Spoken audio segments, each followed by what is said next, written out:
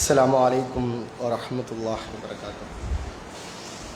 إن الحمد لله نحمده على رسولك الكريم. أما بعد. கண்ணியம் நிறைந்த எல்லாம் அல்ல அல்லாஹ்வின் நல்லடியார்களே, இந்த புனிதமிக்க ரம்லான் மாதத்தில் நமது கிளை சார்பாக இந்த மாதம் முழுவதும் லுகர் தொழுகைக்கு பிறகு மார்க்க சொற்பொழிவு நிகழ்ச்சி கடந்த ஆண்டிலிருந்து ஒவ்வொரு தலைப்பின் கீழ் இன்று வரையிலும் இறைவனின் புகழனைத்தும் இறைவனுக்கே நடந்து கொண்டிருக்கிறது. இதில் பல தலைப்பின் கீழ் பல சகோதரர்கள் உரை நிகழ்த்தி வருகிறார்கள். அதே போல இன்று எனக்கு வழங்கப்பட்டுள்ள தலைப்பு உள்ளங்களை ஈர்த்த குர்ஆன் என்ற தலைப்பு வழங்கப்பட்டுள்ளது. பொதுவாக உரைக்கு சொல்வதற்கு முன்னால் ஒரு சிறிய உபதேசம் ஒன்றை சொல்லி உரைக்கு செல்வோம். வார்த்தைகளில் சிறந்தது அல்லாஹ்வுடைய வார்த்தை என்றும், வழிகாட்டுதல் பின்பற்றுதலில் சிறந்த ஒரு நபர் முஹம்மது நபிகள் நாயகம் ஸல்லல்லாஹு அலைஹி வஸல்லம் அவர்கள் என்றும், நட்பு கொள்வது தோழமை கொள்வதற்கு சிறந்த ஒரு நபர் அப்படின்னு எடுத்துக்கொண்டால் ஒருவர் தாய் மற்றொருவர் தந்தை என்றும், அமல்களில் சிறிய அமல் எதுவாக இருந்தாலும் அது அல்லாஹ்வுக்கு விருப்பக்கூடிய நிரந்தரமாக செய்யக்கூடிய அமல் என்றும் கூறிய ஒரு வாசகத்தை முன்வைத்து இன்றைக்கு வழங்கப்பட்டுள்ள இந்த தலைப்பு குர்ஆனை ஈர்த்த மனித உள்ளத்தை ஈர்த்த குர்ஆன், இது போன்ற எப்படினாலும் நம்ம சொல்லலாம். இந்த குர்ஆன் ஒரு தனி மனித வாழ்வில் எந்த அளவுக்கு ஒரு தாக்கத்தை ஏற்படுத்துகிறது,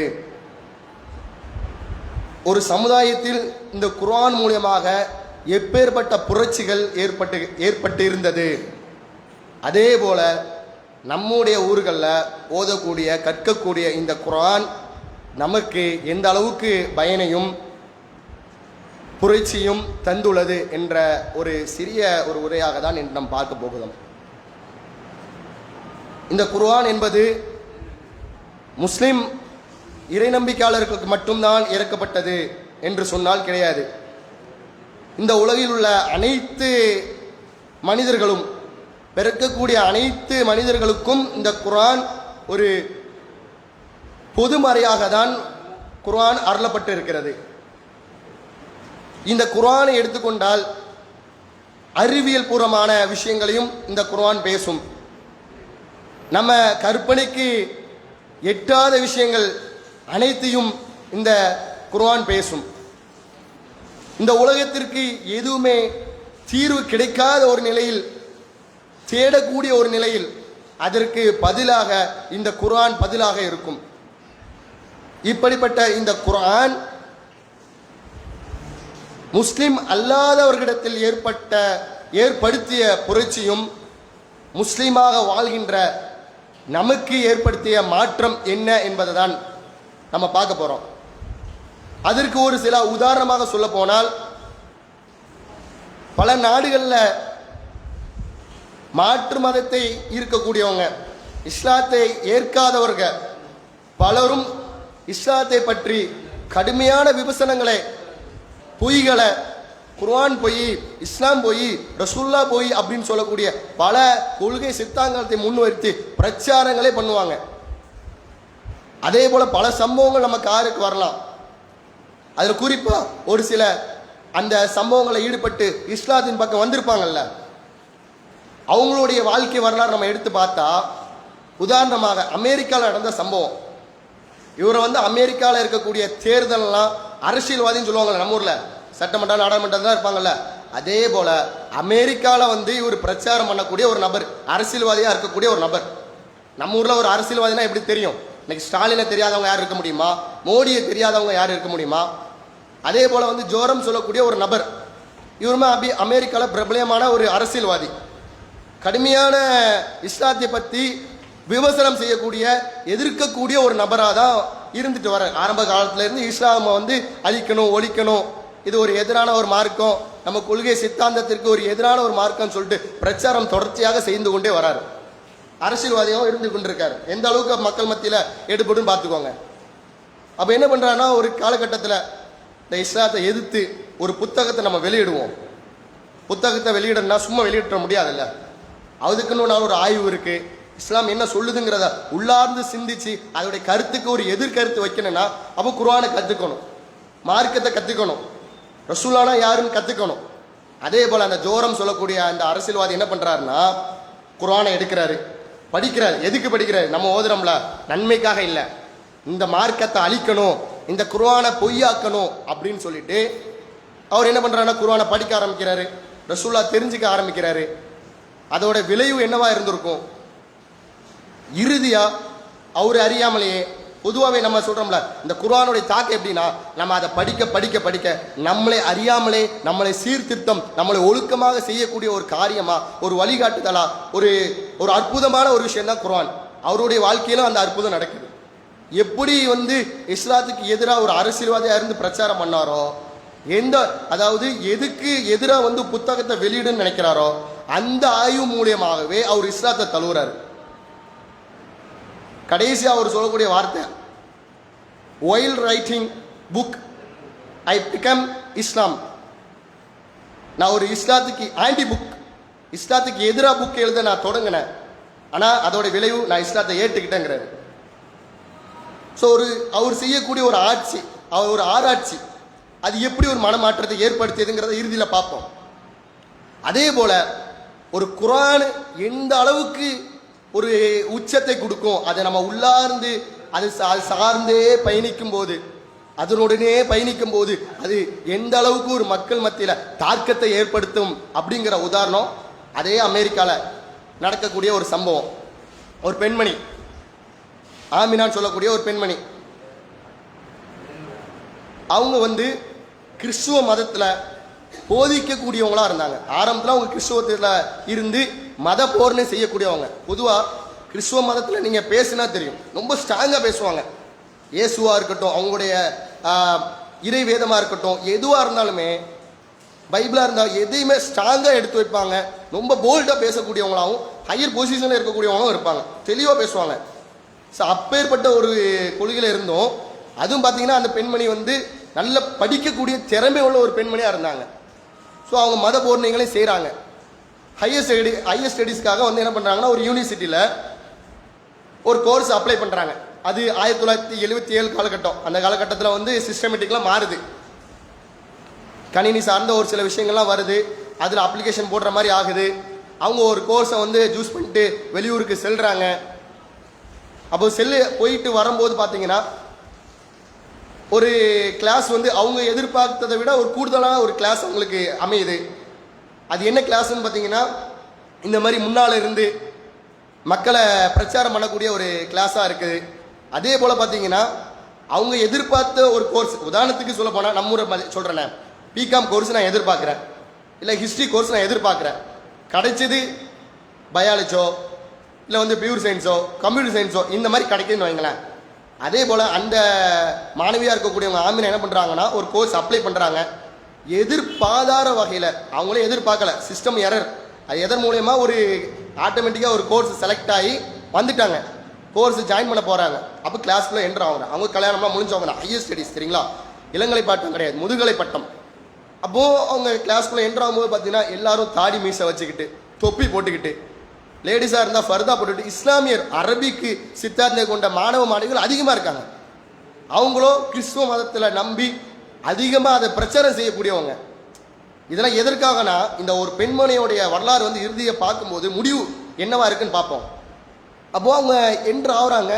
சுற்றி பார்த்தா முஸ்லீம் ஆண்கள், முஸ்லீம் பெண்கள், என்ன பண்ணனே தெரிய மாட்டேருக்கு. நேராக வீட்டுக்கு போகிறாங்க, கிளாஸு போகவே இல்லை. ஒரு சில நாட்களாக வீட்டிலே தங்குறாங்க. அவங்களுடைய கணவர் என்ன பண்ணுறாங்கன்னா, இப்படியே இருந்தால் முடியாது, அடுத்தடுத்து நம்ம என்ன பண்ணணும், எல்லாம் இது ஒரு இறைவனுடைய நாட்டம், இது ஒரு இயேசுடைய நாட்டம்னு சொல்லிட்டு நீ அடுத்து கடந்து போ. அவங்க அப்படி தானே, நம்ம அல்லாவுடைய நாட்டம் சொல்லி கடந்து போவோம்ல எதுனாலும், அதே போல் இயேசுடைய நாட்டம் சொல்லி நீ கடந்து போமா அப்படிங்கிற மாதிரி அவங்களுக்கு ஒரு ஆலோசனையை அந்த கணவர் கொடுக்குறாரு அந்த ஆமினா இடத்துல. அப்போ அவங்களும் பார்க்குறாங்க, யோசிச்சு பார்க்குறாங்க தனிமையில். ஆமாம், ஒரு இவ்வளோ பெரிய இஸ்லாமிய மத்தியில், ஒரு ஆண்கள் அப்புறம் இஸ்லாமிய பெண்கள் மத்தியில் நம்மளை கொண்டு இந்த இயேசு சேர்க்குறாங்கன்னா என்ன காரணமாக இருக்கும்? நம்மளா இருந்தால் என்ன பண்ணுவோம், ஒரு நான் முஸ்லீம் எல்லாரும் படிக்கக்கூடிய இடத்துல நம்ம சேர்ந்தா நம்ம இஸ்லாத்தை எடுத்துரைப்போம்ல. அதே போல் அவங்களும் என்றாங்க, நம்மளுடைய கிறிஸ்துவ மதத்தை அவங்கள்ட்ட சொல்லுவோம், இது மூலயமா நிறைய பேரை வென்றெடுப்போம். அவங்களோட எண்ணம் நல்லதாக இருந்துச்சு. அந்த ஒரு எண்ணம் தான் கடைசி அவங்கள மாற்றக்கூடியதாக இருந்துச்சு. என்ன பண்ணுறாங்கன்னா, போகிறாங்க, கிளாஸ் ஜாயின் பண்ணுறாங்க, வழக்கம் போல் எல்லாருடைய நண்பர்கள் போல் பழகுறாங்க. ஒரு கட்டத்துக்கு அப்புறம் நல்ல நெருங்கிய நண்பர்கள் ஆனதுக்கப்புறம் கிறிஸ்துவ மதத்தை சார்ந்த போதனைகளை தொடர்ச்சியாக செய்கிறாங்க. இயேசுவை பற்றி சொல்கிறாங்க, பைபிளை பற்றி சொல்கிறாங்க. அவங்களுக்கும் சொர்க்க நரகங்கள்லாம் இருக்குது. இயேசுவை நம்பாதவங்க நரகத்தில் எப்படி கஷ்டப்படுவாங்கங்கிற அந்த எல்லா சித்தாந்தத்தையும் முஸ்லீம் சகோதர அந்த நண்பர்கள் அப்புறம் நம்பிகள் அவங்க பற்றில வந்து என்ன பண்ணுறாங்கன்னா எடுத்து உரைக்கிறாங்க. ஸோ இப்படி எடுத்து உரைத்துட்டு இருக்கும்போது அவங்களுடைய எதிர்த்தரப்புல இருந்து எதிர்க்கணும். என்னப்பா நீ ஒரே வந்து இயேசுக்குறங்க, கிறிஸ்துவம் இருக்க, எங்களுக்கு இதில் நாங்கள் அல்லாஹ்வை நம்புகிறவங்க அப்படிங்கிற மாதிரிலாம் இல்லை. எல்லாத்தையும் கண்ணியத்தோட ஒரு ஒழுக்கத்தோட கேட்டுக்கிறாங்க. ஆமாம் நீங்கள் சொல்கிற கட்டு தான், சரி ஓகே, எல்லாத்தையும் ஏற்றுக்கிட்டே வராங்க. ஒரு கட்டத்துக்கு மேலே பல போதனைகள் செஞ்சு செஞ்சு செஞ்சு ஒரு அவங்களால ஒரு பயனுமே இல்லை, எந்த ஒரு மாற்றமும் இல்லை. அவங்க எதுக்கவும் மாட்டிருக்காங்க, ஆதரிக்கவும் மாட்டிருக்காங்க. இவங்களோட பிரச்சாரங்கள் எல்லாம் வீணாக போகுது. அப்போ என்னடா, அப்போ இவங்க எந்த அளவுக்கு அவங்களுடைய கொள்கையில் உறுதியாக இருக்காங்க, எதனால் உறுதியாக இருக்காங்க, எதனால் இவங்க இந்த அளவுக்கு நம்புகிறாங்க, அப்போ இதோட அடிப்படை என்னன்னு சொல்லிட்டு பார்க்குறாங்க. அதில் ஒரு நபர், அந்த நபர்கிட்ட வந்து என்ன பண்ணுறாங்கன்னா, அவர் ஒரு முஸ்லீம் சார்ந்த நபர் தான். குர்ஆனை கேட்குறாங்க, அவரோட நண்பர் இடத்துல குர்ஆனை வாங்குறாங்க.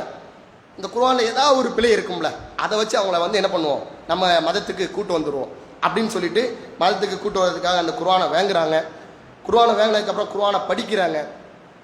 பொதுவாக நம்ம முஸ்லீமில் எடுத்துக்கிட்டிங்கன்னா இந்த மாதிரி கலாச்சாரங்களை பாட்டி பண்ணுவாங்களா, பெண்கள் ஆண்கள் சேர்ந்து கூத்தாடுறது, அதே போல் பன்னிக்கறி திங்கிறது, இதெல்லாம் நம்மளுடைய சமுதாயத்தில் கிடையாது, மார்க்கம் தடுக்கப்பட்ட ஒன்று. ஆனால் கிறிஸ்துவத்தில் உண்டு, பன்னிக்கறிலாம் சாப்பிடுவாங்க. ஒரு சில பகுதியில் பார்ட்டிக்கு அட்டன் பண்ணுவாங்க, கிறிஸ்துவத்தில் இருந்துச்சு. அதுவும் அமெரிக்காலாம் சொல்லவே வேண்டாம், நம்மளுடைய கல்ச்சர் மாதிரிலாம் எதுவுமே இருக்காது, அங்கே டோட்டலாக டிஃப்ரெண்ட்.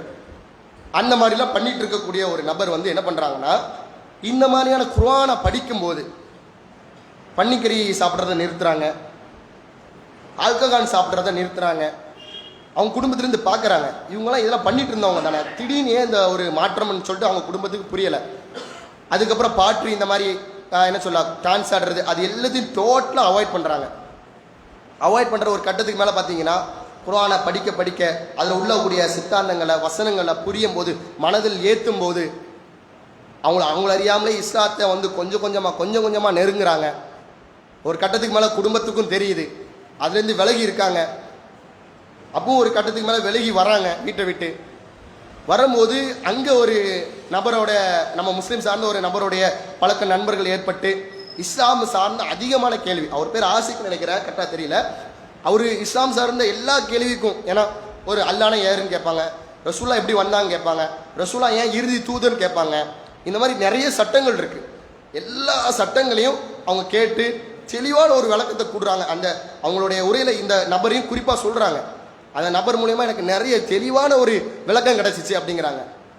ஸோ அவங்க ஒரு இஸ்லாத்தை ஏற்றுக்கிட்டு குர்ஆனை கற்றுக்கிட்டு கொஞ்சம் கொஞ்சமாக அந்த குர்ஆனை அவங்கள மாற்றி எந்த அளவுக்கு அந்த குர்ஆன் அவங்களுக்கு ஒரு உச்சத்தை கொடுக்குதுன்னா, நம்ம அவங்க ஆரம்ப காலத்தில் கிறிஸ்துவத்தில் மத போதனை செய்யக்கூடியவங்களாக தான் இருந்தாங்க. அவங்களுடைய மரணத்திற்கு முன்னாக 2017 அவங்க ஆக்சிடென்ட் மூலயமா மரணிக்கிறாங்க. அதுக்கு முன்னால் சர்வதேச சங்கத்தில், சர்வதேச சங்கம்னா நம்ம என்ன சொல்ல, இந்தியா மற்ற நாடுகள், மற்ற எல்லா நாடுகளையும் சேர்த்த அதாவது G20 சொல்லுவாங்கல்ல, ஒரு 20 நாடுகள்னு சொல்லுவாங்க, இப்போ கூட ட்ரெண்டிங்காக போயிட்டு இருக்கும். அதே போல் ஒரு சர்வதேச அளவில் சங்கத்தில் ஒரு இயக்குனராக முஸ்லீமை வந்து பிரச்சாரம் செய்யக்கூடிய ஒரு உமர், அதாவது உமன் சர்வதேச இதாக இருக்காங்க, இஸ்லாமிய கற்றுக் கொடுக்கக்கூடிய ஒரு இடத்துல போய் அவங்க அமர்றாங்க. ஒரு சாதாரண ஒரு கிறிஸ்துவ மதத்தை ஒரு இயேசுவையும் அவங்களோட பைபிளையும் நம்பி ஒரு குர்ஆன் மட்டும் அவங்கள வந்து படித்து வேற மார்க்கம் சார்ந்த ஒரு சில விஷயங்களை கற்று அவங்களுடைய அந்த குர்ஆன் எந்த அளவுக்கு மாற்றத்தை ஏற்படுத்தியதுன்னா, உலக அளவில் இருக்கக்கூடிய இஸ்லாத்தை பிரச்சாரம் செய்யக்கூடிய இடத்துல அவங்கள கொண்டு வைக்கிதுன்னா, இந்த குர்ஆன் ஏற்படுத்திய புரட்சி என்ன, ஒரு குர்ஆனை ஏற்படுத்திய அந்த மலர்ச்சி என்னங்கிறத நம்ம பார்க்கணும். இதை ஏன் நம்ம குர்ஆன் கற்றுக்கிட்டு இருக்கோம், குர்ஆனை ஓதிட்டு இருக்கோம், ஏன் இந்த மாதிரியான புரட்சிகள், இந்த மாதிரியான விளைவுகள் ஏன் நம்ம இடத்துல ஏற்படலை? இஸ்லாம்னே என்னன்னே தெரியாதவங்க, நான் இப்போ 2 சகோதரர்கள் சொன்னோம்ல, சகோதர செய்திகள் சொன்னோம்ல, இதே மாதிரி ஏதாரணமாக சொல்லிட்டு போகலாம், நிறைய அடுக்கலாம்.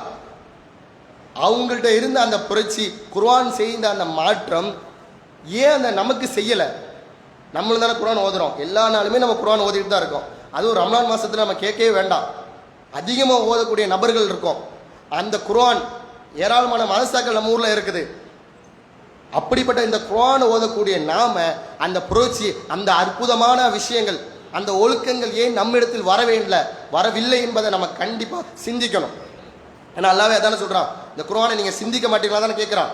மனுஷனாக இருந்தால் கண்டிப்பாக சிந்திக்கக்கூடிய ஒரு ஆற்றல் கூடியவன் தான். ஏன்னா மாடு சிந்திக்காது, மற்ற விருந்துகள் சிந்திக்காது, மனுஷன் சிந்திக்கக்கூடியவன்.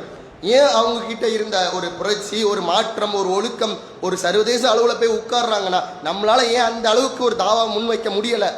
நம்மளும் குர்ஆனை ஓதுறோம், அந்த அளவுக்கு குர்ஆனை கிராத் அடிப்படையில் ஓதி இருந்தாலும் ஏன் அங்கே வைக்க முடியலங்கிற கேள்வி அது நமக்குள்ளே எழணும். அது இறுதியில் பார்ப்போம். ரசூலா காலங்களில் குர்ஆன் ஏற்படுத்திய மாற்றங்கள் என்ன? நம்ம இப்போ நடைமுறையில் பார்த்துட்டு இருக்கோம். இன்னும் நடைமுறையில் நிறைய சொல்லலாம். நம்ம இந்தியா லெவலில் ஆக்டருமே நிறைய இருக்காங்க, அதையுமே நம்ம சொல்லலாம். ரசூலா காலங்களில் ஏற்படுத்திய அந்த குர்ஆனுடைய புரட்சி எப்படி இருந்தது, எந்த அளவுக்கு, எப்படின்னா இந்த குர்ஆனை ஓதவே கூடாது அப்படின்னு ஊரை விட்டு திரட்டக்கூடிய சம்பவம்லாம் நடந்துச்சு. பொதுவாக உமர் ரலியல்லாஹு அன்ஹு அவங்களுடைய வாழ்க்கை வரலாறு நீங்கள் எடுத்திருப்பீங்க. ஆரம்ப காலங்களில் பார்த்தீங்கன்னா உமர் ரலியல்லாஹு அன்ஹு வந்து இஸ்லாத்தை ஏற்கலை. ரசூலா பிரச்சாரம் செய்த உடனே அவங்க இஸ்லாத்தை வந்துட்டாங்களான்னு கேட்டால் கிடையாது, கடுமையான எதிர்ப்பு. எதனால எதிர்ப்பு? உமர் ரலியல்லாஹு வந்து குறைஷ் அவங்களுடைய கொள்கை, சித்தாந்தம், அரசியல் எல்லாத்துக்கும் ஒரு மாறாக, ஒரு மாற்றமாக ஒரு கொள்கையை தான் ரசூலா சொல்றாங்க. ஒரு பிரச்சாரத்தை தான் ரசூலா சொல்றாங்க. ஏன்னா நம்ம ஒரு கொள்கையில் போயிட்டு இருப்போம், ஒரு அரசியல் நோக்கத்தில் போயிட்டு இருப்போம். ஆனால் அங்கே ரசூலா சொல்வது நமக்கு எதிராக இருக்கும்போது எதுக்க ஆரம்பிப்பாங்க. ஸோ அதோட விளைவாக ரசூலா ஆரம்ப காலத்தில் பிரச்சாரம் செஞ்சுட்டு இருக்கும்போது அதனோட விளைவாக பல ஆரம்ப கட்டத்தில் இஸ்லாத்தை ஏற்கக்கூடியவங்க இருக்காங்க. அதில் வந்து என்ன பண்ணுறாங்கன்னா, உமர் ரலியல்லாஹு அன்ஹுடைய தங்கையும் அவங்களுடைய மச்சான் என்ன பண்ணுறாங்கன்னா இஸ்லாத்தை ஏற்கிறாங்க, அவங்களுடைய கணவரும் தங்கையோடைய கணவரும். அப்போ இந்த மாதிரியான தகவல்லாம் பார்த்தீங்கன்னா இது ஒரு பெரிய சம்பவமாக வருது, வரலாற்று சம்பவம். ரசூலாவை அழிக்கணும் ஒழிக்கணும் போயிட்டு இருக்கவங்க போது அவங்களுடைய குடும்பத்திலேயே இஸ்லாத்தை ஏற்கிறாங்க. அவங்களுடைய குடும்பத்தில் இஸ்லாத்தை ஏற்றோன்னா இவங்க தாங்க முடியலை, நேராக போகிறாங்க அவங்களோட சகோதரத்தில் அடிக்கிறங்கிற மாதிரிலாம் வரலாற்று பதிவு செய்யப்படுது. அப்போ அங்கே வந்து அந்த அவங்க வீட்டுக்கு, தங்கை வீட்டுக்கு போகும்போது ஒரு வசனங்கள்லாம் ஓதப்படுது. அதை வந்து உள்ள போகக்கூடிய வழியில் கேட்டுகிட்டே போகிறாங்க. அங்கே ஒரு சில சலசலப்புலாம் ஏற்படுகிறது. அந்த உமர் ரலியல்லாஹு அந்த போகும்போது அங்கே அடிக்கும்போது அதுக்கப்புறம் யோசிக்கிறாங்க நம்ம ஏன் இந்த அளவுக்கு இருக்கோன்னு சொல்லிட்டு. அப்படின்னு அவங்க கேட்குறாங்க, நான் உள்ளே வரும்போது ஏதோ ஒன்று ஓதப்பட்டுச்சுல, அது கொஞ்சம் இனிமையாக இருந்துச்சு, என்னதுன்னு கேட்குறாங்க.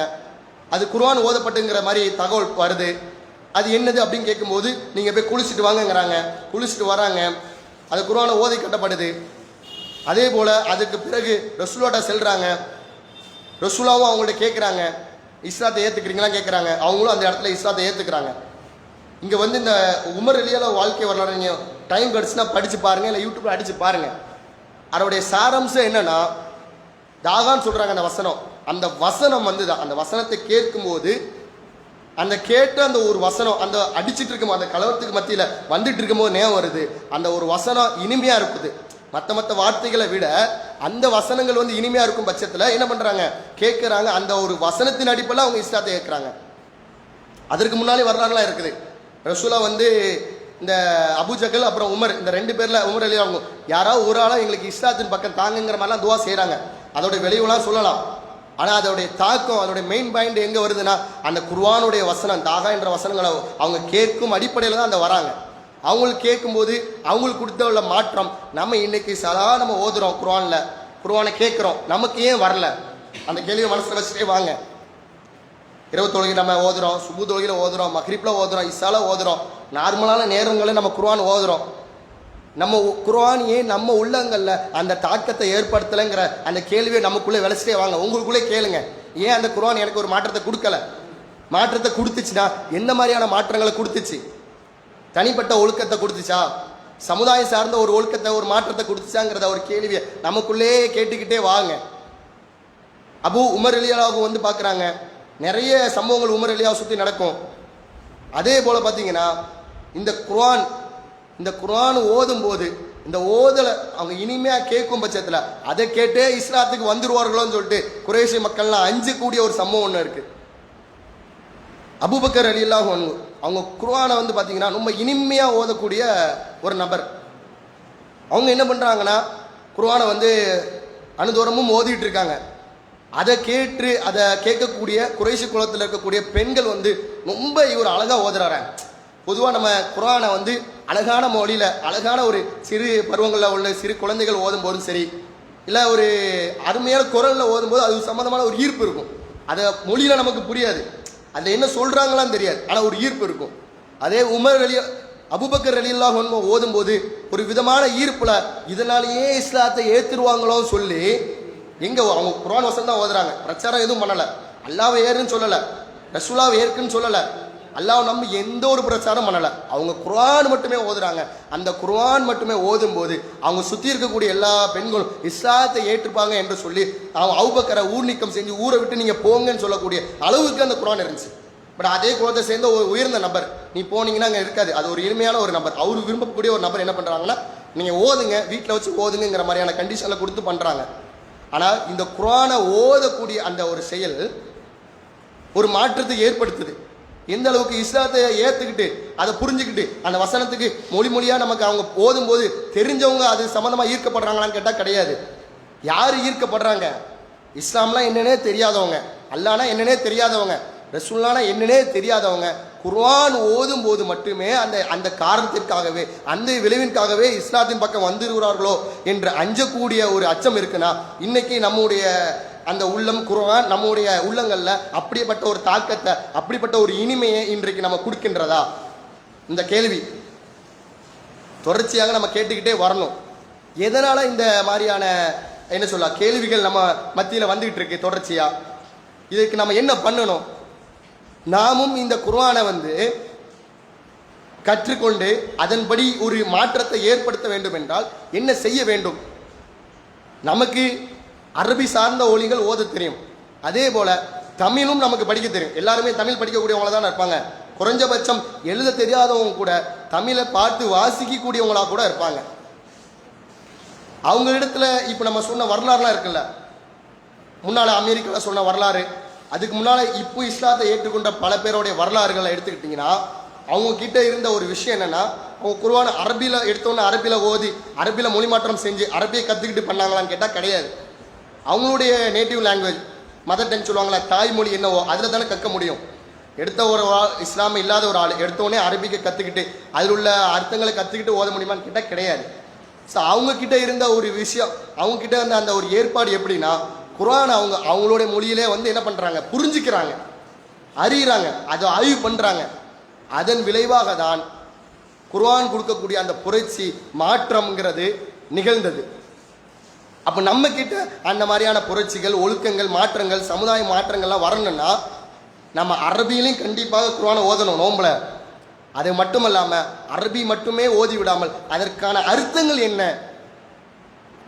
நமக்கு மெயின் என்னது, குர்ஆன் அல்ஹம்துலில்லாஹ்க்கும் பெரும்பாலும் என்ன பண்ணுவாங்க, அல்ஹம் சூறாக்கு விளக்கம் தெரியும், உள்ள சூறாக்களுக்குலாம் விளக்கம் தெரியுமா? சம்பவம் என்னன்னா குர்ஆனை வந்து நம்ம இரவு தொழுகையில் அவர் இமாம் ஓதிட்டே இருப்பார். நரகத்தை பற்றியான கடுமையான வாசகத்தை கொண்ட வசனங்கள் வந்து அருமையாக ஓதிட்டு இருப்பார். அவர் பக்கத்தில் பின்னால் அப்போ தான் கொட்டாய் அல்லாஹ் அப்படின்னு வரும்.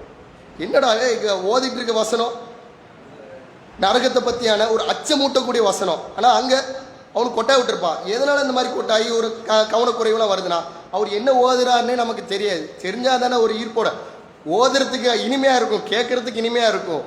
ஆனால் அது உள்ளார்ந்த அர்த்தங்களை நம்ம தெரிஞ்சாதான், அந்த வசனங்கள் மட்டும் தெரிஞ்சால் மட்டும்தான். அல்லாஹ் சொல்கிறாம்பல, அல்லாஹ்வுடைய வசனங்கள் யாருடைய செவியில் கேட்கப்படுதோ அவர்கள் உள்ளம் நடுநடுங்குன்னு சொல்கிறாம்பல. இங்கே வந்து நடுநடுங்குதா? இரவு தொழுகையில் மற்ற தொழுகையில் குர்ஆனை நம்ம கேட்கும் போது ஏன் நடுநடுங்கலை? காரணம் என்ன? அவங்க என்ன ஓதுறாங்கன்னு சொல்லிட்டு நமக்கு தமிழில் தெரியாது. தெரிஞ்சுக்கிறதுக்கு நம்ம என்ன பண்ணணும்? இப்போ இந்த ரம்லான் மாதங்களில் பார்த்தீங்கன்னா வீட்டில் இருக்கக்கூடிய பெண்களாக இருந்தாலும் சரி ஆண்களாக இருந்தாலும் சரி எவ்வளோ நேரங்களில் நம்ம கிடைக்குதோ அத்தனை நேரங்களில் சின்ன சின்ன துவா குழுவல்லாக ஆகுது அல்லாஹ் ஒருவனே, இந்த மாதிரியான ஒரு சின்ன சின்ன வசனங்களுக்கு கூட நம்ம தமிழாக்கு என்னங்கிறத தெரிஞ்சு வச்சுக்கணும். மெயினாக அந்த அந்த நரகம் சார்ந்த வசனங்கள் இல்லை வந்து நம்மளுடைய சின்ன நம்ம ஓதுறாங்கன்னா நம்ம ஓதக்கூடிய அட்லீஸ்ட் நம்ம ஓதுறோம், ஒரு சூறா எடுத்து ஓதுறோம், அது பக்கம் ஓதுறாங்களா அலிஃப்லாமி என்ன அர்த்தம் பக்கத்துலேயே வரும். இன்னைக்கு பார்க்குறோம்ல, செல்ஃபோனை எடுத்தீங்கன்னா அலிஃப்லாமின் ஓதுனா அதுக்கு அலிஃப்லாமின் இருக்கும். தாலிகள் கிதாபுன்னு ஓதுனா இது வந்து இறைவனுடைய வேதம் அப்படிங்கிற மாதிரி தமிழில் வரும். அப்படி இல்லையா பக்கத்தில் வரும். அப்படியும் இல்லையா இன்னைக்கு எந்த அளவுக்கு இந்த குர்ஆனுடைய இதுனா, குர்ஆனை நம்ம ஓதும்போது அந்த வசனத்துக்கு அந்த அரபுக்கு ஏற்றாக்கில் அந்த வார்த்தைக்கு ஏற்றாக்கில் என்ன பண்ணுவாங்க, தமிழ் அர்த்தம் போட்டிருக்காங்க. முன்னாலேயாவது இப்போ என்ன சொல்ல, குலுகு அல்லாஹ் அகது, அல்லாஹ் ஒருவனே. ஆனால் இங்கே அகதுனா என்ன, குலுகுனா என்ன, குல் நபியை கூறுவீராக, கல்லா அவ்வாறு இல்லை. அந்த மாதிரி இன்னைக்கு குர்ஆனை பார்த்தீங்கன்னா ஒவ்வொரு வார்த்தைக்கும் அர்த்தங்களோட, ஒவ்வொரு வார்த்தைக்கும் வேர்ட் பை வேர்ட் அர்த்தம் அந்த அளவுக்கு இன்னைக்கு வந்துருச்சு. இந்த அளவுக்கு வந்து நம்முடைய ஊரில் குர்ஆன் ஏற்படுத்திய புரட்சி என்ன, மாற்றங்கள் என்ன, நம்முடைய மாற்றங்கள் என்ன, குர்ஆன் ஏற்படுத்திய புரட்சி என்ன, நடந்த சம்பவம் நம்ம ஊரில். நம்ம ஆஃபில் பல இடங்களில் வந்து குர்ஆனை வந்து மனனம் செய்யக்கூடிய பகுதியில் நிறைய மதரசாக்கள் இருக்கு.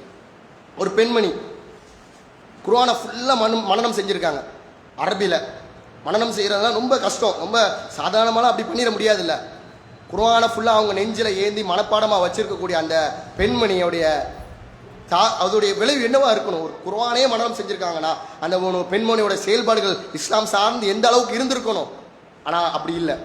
ரொம்ப வருத்தத்துக்குரிய ஒரு விஷயம், அவங்க குர்ஆனை மனனம் இருந்து அவ்வளோகான இருந்தும் ஒரு தகரான ஒரு காதல் மூலியமாக நம்ம ஊரை விட்டு வெளியேறு, அவங்க மார்க்கத்தை விட்டு இந்த குடும்பத்தை விட்டு புறக்கணிச்சுட்டு வெளியே நூறோட காதல் என்ற ஒரு மாறத்துக்காக திருமணம் செய்யக்கூடிய ஒரு விளைவை பார்க்குறோம். வீட்டில் ஊருக்காரங்களுக்கு தெரியாது, வீட்டுக்கு தெரியாது, ஊரை விட்டு ஓடுறாங்கன்னு சொல்லுவாங்கல்ல. எப்போ யாருப்பா ஓதுறாங்க, நான் ஓடுறாங்க. குர்ஆனை உள்ளத்துல இருந்து ஓதுனா ஏந்துக்கிட்டவங்க இந்த மாதிரி போகிறாங்கன்னா இந்த குர்ஆன் நம்ம ஊரில் எப்படிப்பட்ட ஒரு தாக்கத்தை ஏற்படுத்தி இருக்கிறது, குர்ஆன் எப்படிப்பட்ட ஒரு தாக்கத்தை ஏற்படுத்தியிருக்க வேண்டும். ரொம்ப ஒரு என்ன சொல்ற அந்த விஷயங்கள்லாம் நம்ம கேட்கும் போது இப்போ குர்ஆனை மனனம் ஏந்திரம்ல எவ்வளோ கஷ்டம். அப்படிப்பட்டு கஷ்டப்பட்டு அந்த குர்ஆனை மனனம் செஞ்சா அந்த மனனம்ங்கிறது அவங்களுக்கு எந்த வகையிலுமே பயன் அளிக்காம போகுது. எதனால பயன் அளிக்கல, குர்ஆனை சொல்லக்கூடிய வசனங்களை, தமிழார்ந்த வசனங்களை நமக்கு தெரியாதனால தானே இதோட விளைவு. குர்ஆனை கற்கும் போதே, குர்ஆனை மனனம் செய்யும் போதே இயன்ற அளவுக்கு, ரொம்பலாம் வேண்டாங்க, தமிழில் ஃபுல்லாலாம் வேண்டாங்க, நம்மளால என்ற அளவுக்கு இயன்ற அளவுக்காவது அதை தமிழில் கற்றுக்கணுமா இல்லையா, அதோட அர்த்தங்கள் புரிஞ்சுக்கிட்டு நம்ம வாழ்க்கையில கொண்டு வரணுமா இல்லையா. கொண்டு வந்துச்சு அந்த மாற்றத்தை நம்ம ஊரை கொடுக்குதா, நாம் உட்பட அந்த மாற்றங்களை ஏற்படுறோமா, கிடையாது. ஆனால் கொண்டு கண்டிப்பாக இந்த ரம்லான் மாதங்களில் இந்த குர்ஆன் சார்ந்த விஷயங்களை நம்ம ஓதும் போதே தமிழ் சார்ந்த அர்த்தங்களையும் நம்ம கற்றுக்கொள்ள வேண்டும். அதே குர்ஆன் கொடுத்த மாற்றங்களும் இருக்குது. அவங்க சும்மா குர்ஆனை மட்டும் ஓடிட்டு போகிறாங்க, ஆனால் குர்ஆன் செஞ்ச புரட்சியும் இருக்குது. எப்பேற்பட்ட புரட்சி எல்லாம் நான் சொன்னோம்ல, அதே போல் ஒரு சம்பவம். ஒரு முஸ்லீம் பையன் என்ன பண்ணுறாங்க, ஒரு முஸ்லீம் அல்லாத ஒரு பெண்மணியை வந்து திருமணம் செய்கிறாங்க.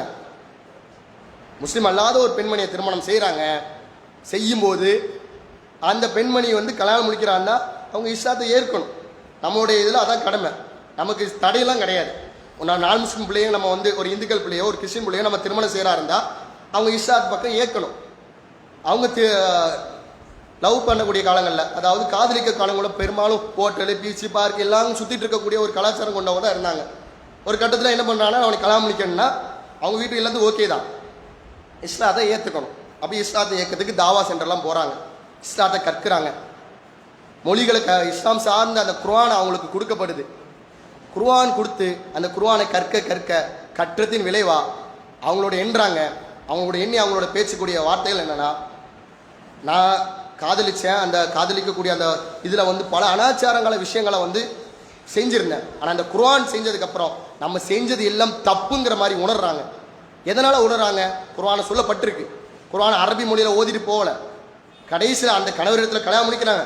ஆனால் கல்யாணத்துக்கு முன்னால் நம்ம ஒரு வாழ்க்கை வாழ்ந்தோம் அல்லவா, அது மார்க் அடிப்படையில் இஸ்லாமிய குர்ஆன் அடிப்படையில் அது தவறுங்கிறத அந்த கணவருக்கே புகுத்தும் அளவுக்கு அவர் இஸ்லாத்தில் இருக்கக்கூடிய அளவு தான் ஆள் தான். ஆனால் இவங்க இஸ்லாத்தின் வந்து குர்ஆனை கற்றத்தின் விளைவா அவங்க கணவருக்கே அட்வைஸ் பண்ணுற அளவுக்கு வந்துட்டாங்க. அப்போ குர்ஆன் தமிழார்ந்து நம்முடைய தமிழ் லாங்குவேஜில் தாய்மொழியில் கட்டும்போது கூடுதலான ஒரு சிறப்பு கிடைக்குதா இல்லையா. அதுதான் நம்மளுடைய உரையுடைய சார அம்சமே. குர்ஆனை கற்றுக்கன்னா அதோடைய தமிழார்த்தங்களோடு நம்ம கற்றுக்க வேண்டும். எதனால் சொல்கிறானா, நாளை மறுமை நாளில் யாருமே பரிந்துரை செய்ய முடியாத ஒரு நிலை தான். எல்லாருக்குமே தெரியும்.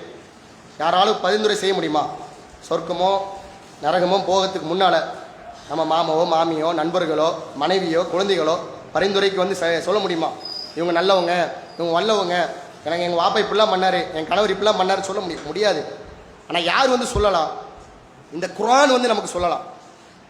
இந்த குர்ஆன் நம்மளுடைய வரும். குர்ஆன் வந்து பரிந்துரை செய்யும். எப்பவும் பரிந்துரை செய்யும். குர்ஆனை நான் வந்து மனனம் செஞ்சுருக்கேன்பா, எனக்கு இந்த குர்ஆன் பரிந்துரை செஞ்சிருமா? குர்ஆனை நான் வந்து தூக்கத்தில் அடித்து எழுப்பி கேட்டால் கூட எந்த அத்தியாயமோ மனப்பாடத்தோடு நான் சொல்லுவேன்பா அப்படின்னு சொன்னால் குர்ஆன் பரிந்துரை செய்ய நினைக்கிறீங்களா? ஏன்னா குர்ஆனை மனனம் செஞ்சுருக்கோம்லப்பா. கிடையாது. அந்த குர்ஆன் சொல்லும். குர்ஆனை கற்றுறது உண்மைதான், குர்ஆன் மனனம் செஞ்ச உண்மைதான். ஆனால் அதன்படி நடக்கவில்லை. அதனுடைய விளக்கங்கள் அதோடைய அர்த்தங்கள் தெரியலைன்னா, அதன்படி நடக்கலைன்னா குர்ஆன் பரிந்துரை செய்யாது. அதே பட்சத்தில் குர்ஆனை படித்து சின்ன சின்ன வசனங்களாக இருந்தாலும் சரி, சின்ன சின்ன அத்தியாயங்களாக இருந்தாலும் சரி, அதை நம்ம கற்று அதை நம்ம கடைபிடிச்சனா நாளை மறுமையில இந்த குர்ஆன்ங்கிறது எந்த அளவுக்கு பயன் தரும், பரிந்துரை செய்யும். எந்த இடத்துல? அல்லாஹ் கிட்ட பரிந்துரை செய்யக்கூடிய ஒன்றாக தானே வந்து இருக்கு. அப்போ இந்த குர்ஆன் செய்யப்பட்டக்கூடிய அந்த புரட்சியோ மாற்றமோ நம்மிடத்தில் வர வேண்டும் என்றால் குர்ஆனை நம்ம அரபியில் ஓத வேண்டும். எந்த அளவுக்கு அரபியிலே ஓதுறோமோ அதே அளவுக்கு அதோடைய அர்த்தம் தெரிந்தும் நம்ம ஓத வேண்டும். அர்த்தம் தெரிந்து ஓதினால் மட்டும்தான் அது நமக்கு பயனளிக்கும். பல வீடியோக்களை நம்ம பார்க்கலாம். பல காரிகள் வந்து குர்ஆனை வந்து ஓதிட்டு இருக்கும் போதே அழுவாங்க. அவங்களுடைய கண்ணீரில் வந்து சாரையாக வரும். எதனால் வரும்? குர்ஆன் அவங்களுக்கு ஏற்படுத்த அந்த வசனங்களுடைய விளைவு அவங்களுக்கு மத்தியில் ஒரு தாக்குதலை ஏற்படுத்துது. அதன் மூலிமா வந்து இது பண்ணுறாங்க. ஆனால் பின்னால் இருக்கக்கூடியவங்க நாங்கள் தக்கு எதுக்கு இந்த இமாம் அழுகுறான்னே, எந்த ஒரு பாயிண்ட்டுக்காக அழுகுறான்னே தெரியாது. அப்போ நம்ம முடிஞ்ச அளவுக்கு நம்ம கேட்கக்கூடிய சின்ன சின்ன சூறாவாக இருக்கட்டும், சின்ன சின்ன அத்தியாயங்களாக இருக்கட்டும், இது போன்ற எல்லா விஷயங்களும் தமிழார்த்தங்களோடய கற்றுக்க நம்ம ட்ரை பண்ணணும். சில நம்முடைய பள்ளியிலும் நம்ம என்ன பண்ணுவோம், இரவு தொழுகையில் வந்து முடிஞ்சால் நம்ம நிர்வாக சார்பாக முன்னாலே ஒரு சூறா ஓதுறாங்கன்னா அன்னைக்கு இரவுலேயே முடிஞ்சதுக்கப்புறம் இந்த அத்தியாயங்கள் தான் ஓத போகிறாங்கங்கிற மாதிரியான ஒரு செயல்பாடை கொண்டு வந்தால் சிறப்பாக இருக்கும்.